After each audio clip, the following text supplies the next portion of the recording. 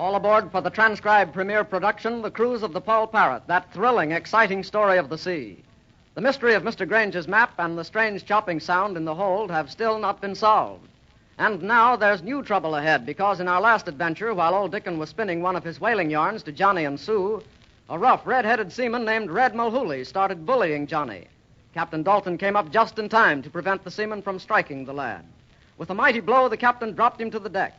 Red, however, has vowed vengeance, and there is no doubt he will cause plenty of trouble. Now, as our story opens, it is night. Johnny, who is still bunking in the captain's cabin, has been awakened by that chopping sound. He gets up quietly and, without awakening Captain Dalton, steals outside. That noise certainly sounded as though it were coming from out here somewhere.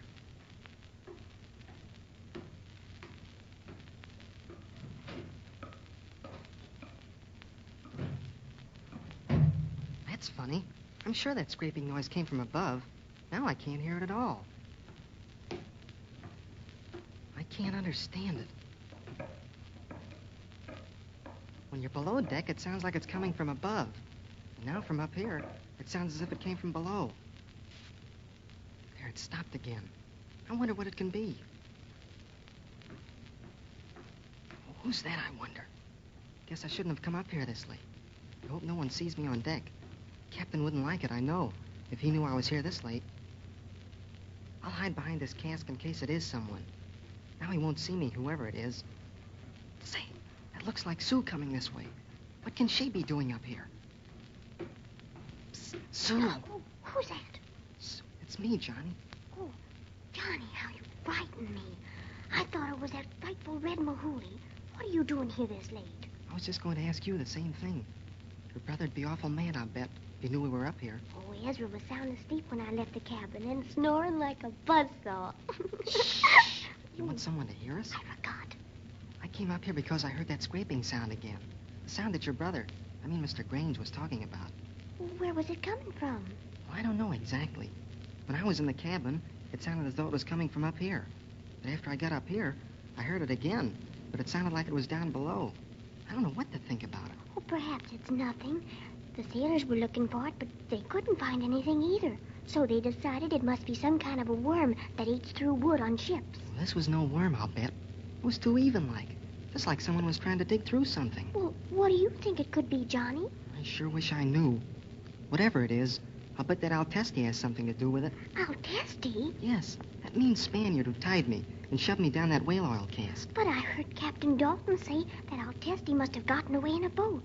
Why, they've searched from stem to stern and can find no trace of him anywhere. Well, I'm not so sure.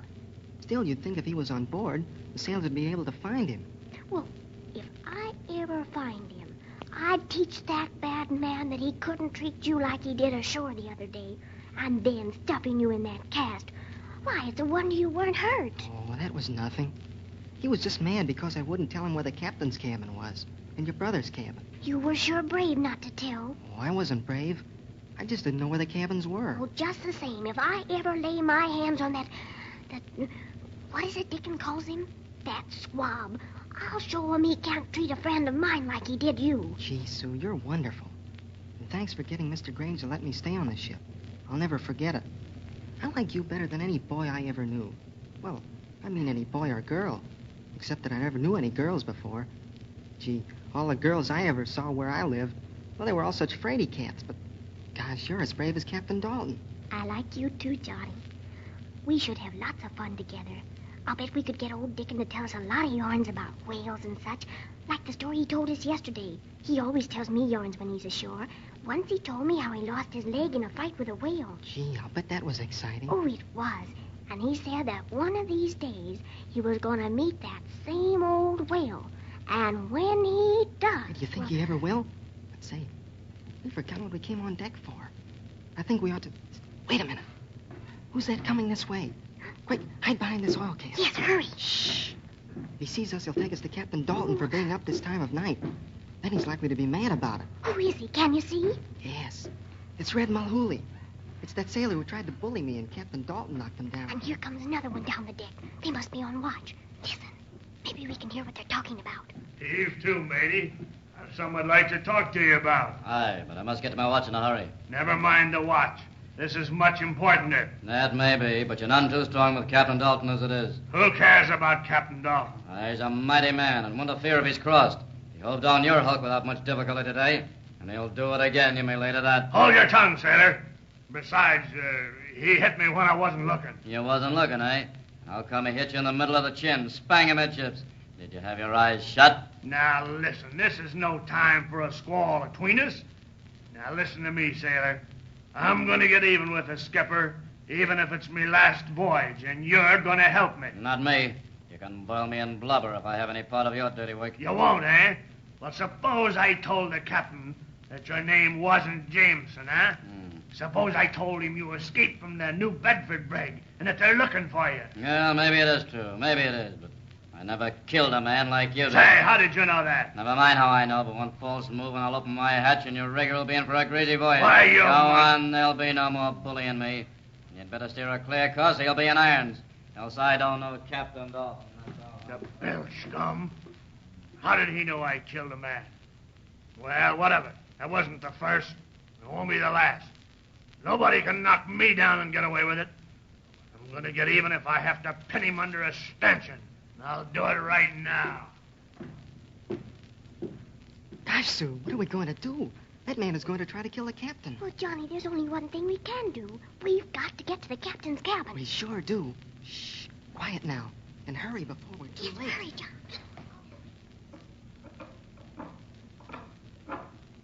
Who's that? Suzanne. Sue. Where is that girl? I'd swear I heard that scraping sound again. But now it's stopped. Found that chair. Now, where's that lamp? If I could only... Ah, there it is again. I'm going to get at the bottom of this thing right now.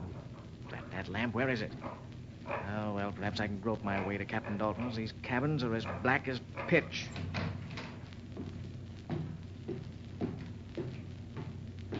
Captain Dalton. Who's there? It's I, Ezra Grange. Oh, come in. The door's open. Captain Dalton, something must be done at once. Avast, man. What's the commotion? Captain Dalton, I'm not a coward, but that chopping sound is beginning to get on my nerves. What? That same sound again? Yes, I could hear it right below my cabin. Perhaps your nerves are jumpy, sir. Your imagination is getting the best of you, It's sir. not my imagination. I heard it distinctly. But we've traced every foot of this ship. There's not a sign of anything out of the ordinary aboard the Poll Parrot. Yeah, but listen to me. There is something that is causing that odd chopping noise, and I intend to find out once and for all just what it is. Aye, sir, but what, Besides, Sue is not in the cabin. What? She's disappeared. Oh, that does call for looking into. Wait, I light the lamp.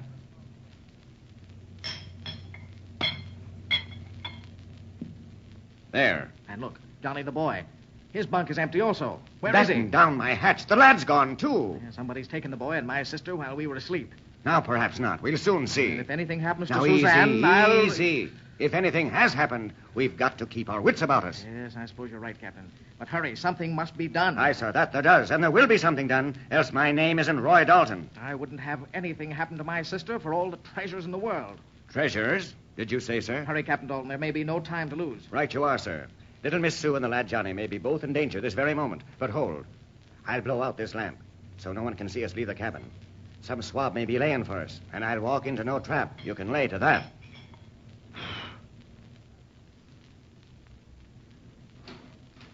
Come along. But take it easy, sir, and we'll... Wait. Shh. Someone's coming down the hatchway. The hatch is open, and I can see a shadow against the moonlight. Quickly, hide behind this door. Can you make out who it is? I think so. It looks like the red-headed swab who was bullying the lad today. Red Mahooley? Aye, so he is. And if he's up to some deviltry, he'll be put in chains. Look, he's heading for your cabin. Aye, then he is up to mischief, the bill scum. Look, Dalton. Someone's following him. I can see his shadow up by the hatch there. Either that, or someone is helping the swab to do his deviltry. Good Lord, it's Sue and the boy. What in the world are they doing? They're trailing the bloomin' redhead, or I'm a weak-kneed lubber. Well, evidently Red doesn't see them, for he's heading right into your cabin. We've got to get in and grab him before those young'uns get down here, else one of them might get hurt. Come on. Quiet now. When I say the word, we'll rush the mutinous swab. Ah! Ah! Man the boats, men! There's a bow at the starboard! Ah! Drat that bird. I shouldn't have let Dickon leave him in my cabin. That will put the red-headed one on his guard. Ah!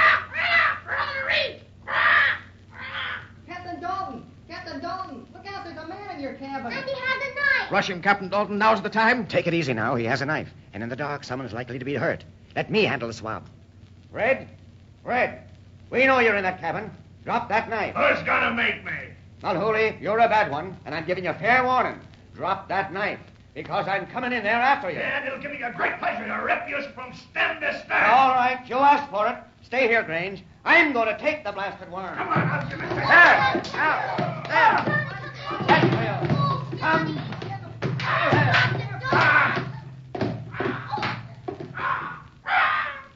Capsize the whole lads! Capsize them! So, Red Mahooley did try to make good his threat. Will Captain Dalton and Grange overpower him? And will Sue and Johnny escape unharmed? And the chopping sound from the hold or from wherever it's coming still remains a mystery. These and many other exciting events are soon to be unfolded in the further adventures aboard the Poll Parrot. Be sure not to miss even one of these thrilling adventures on the cruise of the Poll Parrot. Your Poll Parrot announcer is Dave Ward.